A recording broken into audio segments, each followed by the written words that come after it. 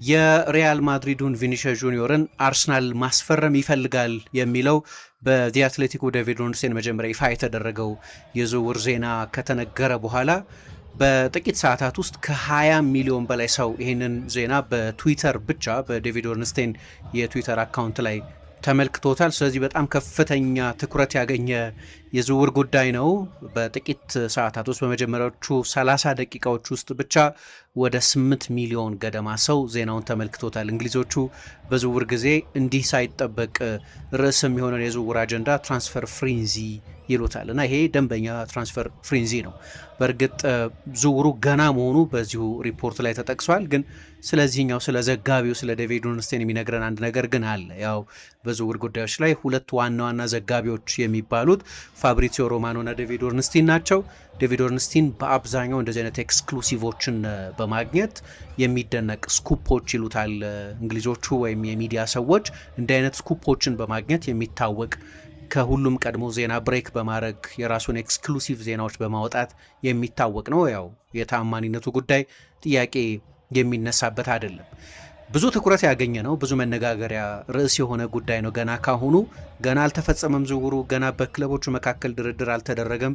የዜናውን ዋና ሀሳብ ስትመለከቱትም ገና በሚባል ደረጃ ላይ ያለ የዝውውር ጉዳይ ነው። ግን የአርሰናል በዚህ ተጫዋች ላይ ፍላጎት ማሳደር ብቻውን ግን ለብዙ ውይይቶች በር የሚከፍት በብዙ ርዕሶች የሚያነጋግር ጉዳይ ይመስለኛል።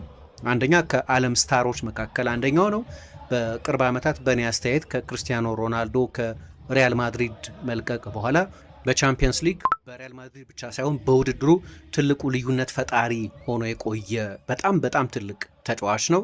ስለዚህ የዚህ ተጫዋች በአርሰናል ይፈለጋል መባሉ ብቻውንና ፍላጎቱ ኮስተር ያለ መሆኑ መገለጹ ብቻውን ብዙ የሚያነጋግር መሆኑ ግልጽ ነው። ነገር ግን መጀመሪያ ከዜናው ምንነት ከዘገባው መንፈስ መነሳት የሚያስፈልግ ይመስለኛል። ዴቪድ ኦርንስቴን እንዳለው ይሄ ተጫዋች በሪያል ማድሪድ አዲስ ኮንትራት የማያራዝም ከሆነ አሁን ያለው ኮንትራት እስከ 2027 ድረስ ብቻ የሚያዘልቀው ነው ማለት ለአንድ ዓመት ብቻ በስፔኗ ርዕሰ ከተማና በሪያል ማድሪድ የሚያቆይ ኮንትራት ነው ያለው። ሌላ ኮንትራት ካልፈረመ ድረስ አርሰናል ይህንን ተጫዋች ማስፈረም ይፈልጋል የሚል ዘገባ ነው በዴቪድ ኦርንስቴን በኩል የወጣው እና በፕሪሚየር ሊግ ሻምፒዮኖቹ ቡድኑን ለማጠናከር በእጩነት ከተያዙ ዋና ዋና አማራጮች መካከል ስሙ የተጠቀሰ ተጫዋች ነው።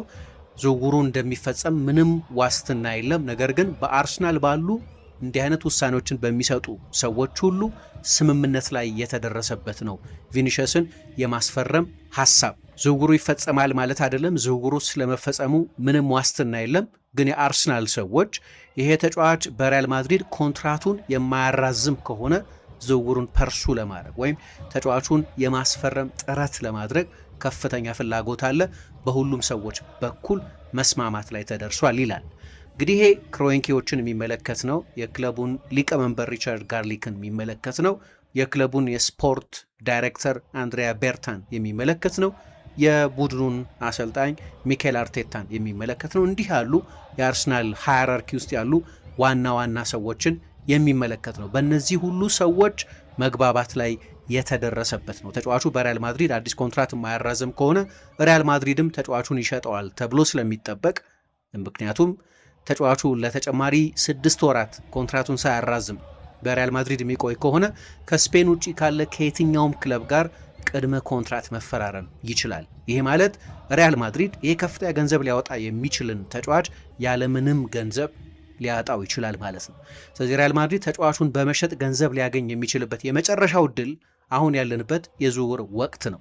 ስለዚህ በሁለቱ ፓርቲዎች መካከል በቪኒሺየስ እና በሪያል ማድሪድ መካከል አሁን ያለውን ኮንትራት ማራዘምን በተመለከተ ስምምነት ላይ የማይደረስ ከሆነ አርሰናል ተጫዋቹን ለማስፈረም ኮስተር ባለ ጥረት ወደ ለንደን ለማምጣት ሂደቱን ይጀምራል ማለት ነው። የዘገባው ሐሳብ ይሄ ነው። በእርግጥ ከዴቪድ ኦርንስቴን ዜናውን ብሬክ ማድረግ በኋላ ሌሎችም እንደ ስካይ ስፖርትስ ባሉ ብዙሃን መገናኛዎችም በቴሌግራፍም በሌሎችም ብዙሃን መገናኛዎች ሽፋን ያገኘ ነው። አርሰናል ቪኒሺየስን የማስፈረም ፍላጎት አለው። ነገር ግን ዝውውሩ ሊከናወን የሚችለው በሁለቱ ወገኖች በቪኒሺየስ እና በሪያል ማድሪድ መካከል የሚደረገው የኮንትራት ድርድር ላይ መስማማት የማይደረስ ከሆነና ሪያል ማድሪድ ተጫዋቹን ለመሸጥ የሚገደድ ከሆነ ነው ይላል።